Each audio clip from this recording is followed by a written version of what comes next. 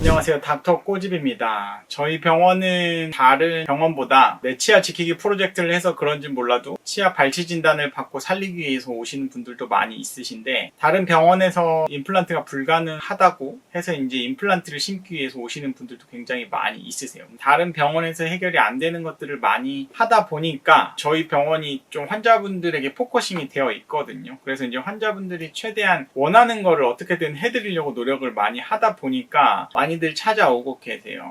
이 환자분 같은 경우에도 이미 다른 곳에서 이제 발치를 해버렸는데, 저희 병원이 이런 살리는 치료를 잘 하고 남아있는 치아에 대한 관리를 받고 싶고, 그리고 임플란트도 이제 제대로 된 임플란트를 하기 위해서 이제 오신 분이십니다. 이렇게 어렵게 치료를 해서 과연 얼마나 쓰느냐, 얼마나 오랫동안 쓰느냐, 이거를 보여드린다고 제가 약속을 했기 때문에 좀 길게 쓰는 것들, 롱텀 팔로업을 계속해서 올려드리려고 노력을 하고 있거든요. 저희 병원이 엄청나게 오래되진 않았지만 지금 8년 차예요. 그래서 개원 초창기에 심었던 수술, 임플란트 수술했던 것들이 지금 벌써 이제 5년, 6년, 7년, 8년이 되고 있기 때문에 그런 케이스들을 한번 꼬집어 보도록 하겠습니다. 2주 전에 왼쪽 아래 어금니 발치를 했어요. 임플란트가 가능할까요? 라고 이제 오셨는데, 발치하기 전에 오셨으면 이제 제가 이게 과연 발치를 해야 됐을까에 대한 고민을 했지만, 어쨌든 이미 발치를 하셨으니까 이제 이 부분을 임플란트를 잘 해드리는 게 저의 임무겠죠. 그래서 보면은 이렇게 발치를 해서 발치화가 있는데, 2주 전에 발치를 하고 아무것도 안 하고 기다렸다가 이제 6개월 기다렸다 임플란트를 하자, 이런 이야기를 들으신 것 같아요. 그래서 제가 만약에 이거를 저희 병원에서 했다고 하면은 일단은 안 뽑았을 수도 있다. 이미 뽑힌 거니까 어쩔 수 없는 거고, 근데 6개월까지 만약에 기다린다고 하면은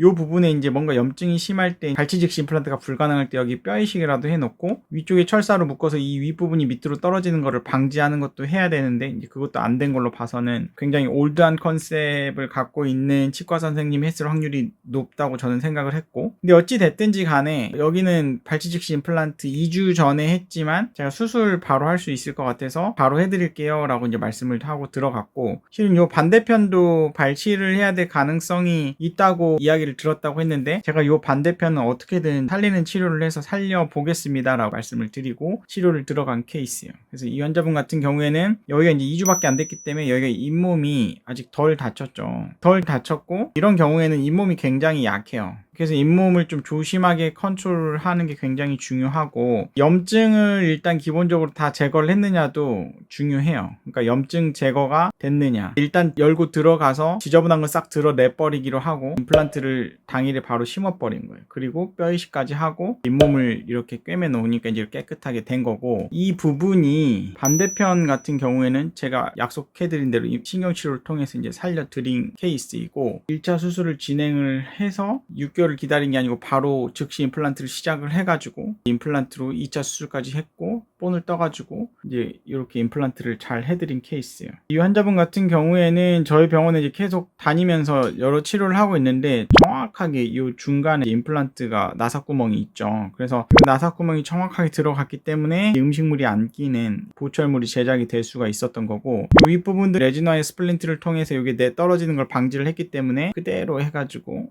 교합평면도 잘 유지가 되고 있는 걸 볼 수가 있어요. 그래서 치료 전에 이랬던 게 치료 후에 이렇게 티 안 나게 요거하고 거의 비슷한 형태의 임플란트가 들어갔고, 반대편도 보철을 잘 해서 마무리를 해드린 케이스이고, 롱텀 팔로업 치료 전에 이랬던 2주 전에 발치 후에 오셨는데 임플란트로 잘 마무리를 해드리고, 이제 3년 팔로업을 보면 잘 유지가 되고 있고, 6년 팔로업을 보면 이렇게 잘 유지가 되고 있어요. 근거는 이 임플란트를 심은 요 부분에 픽스처에 해당하는 부분이 이쪽 뼈 레벨 하방에 있는 게 굉장히 중요한 거예요. 만약에 여기에 이제 음식물이 끼는 게 관리가 안 되면 요 부분에 뼈가 녹거든요. 요 부분에 뼈가 녹는다는 건 이제 이게 바로 이제 임플란트 주위염이라는 거예요. 주변에 염증이 생긴다고 해서 임플란트 주위염 때문에 고생하시는 분들이 굉장히 많아요. 임플란트 주위염이 오더라도 냄새만 나고 고름만 날 뿐이지 이게 금속이기 때문에 절대 환자분은 불편함을 못 느껴요. 그래서 임플란트는 하고 났는데 음식물이 많이 낀다, 그러면은 그거는 수리를 해줘야 돼요. 음식물이 최대한 안 끼게끔 본인이 노력하시고, 만약에 이게 먹을 때마다 덩어리로 낀다고 하면 그거는 보철물이 잘못된 거기 때문에 보철물의 디자인을 수정을 하신다거나 임플란트의 식립 위치가 잘못됐을 확률이 높기 때문에 그런 부분들을 개선을 해야 될 필요가 있을 거예요. 그래서 보면은 거의 그대로 뼈 케어 레벨이 유지가 되고 있는 거, 6년 후까지도 잘 유지가 되고 있는 거를 관찰을 할 수가 있을 거예요. 치료 전에 일했던 분이 이제 치료 후에 이렇게 잘 유지가 되고 있는 모습을 볼 수가 있는 거고, 여기는 실은 요 앞에 치아 같은 경우에는 이제 여기가 염증이 약간 이렇게 돼 있는데 이렇게 잘 완성을 해서 뿌리 끝 염증도 잘 치유가 됐는데, 요 끝에 치아 같은 경우에는 중간에 이제 크랙 때문에 임플란트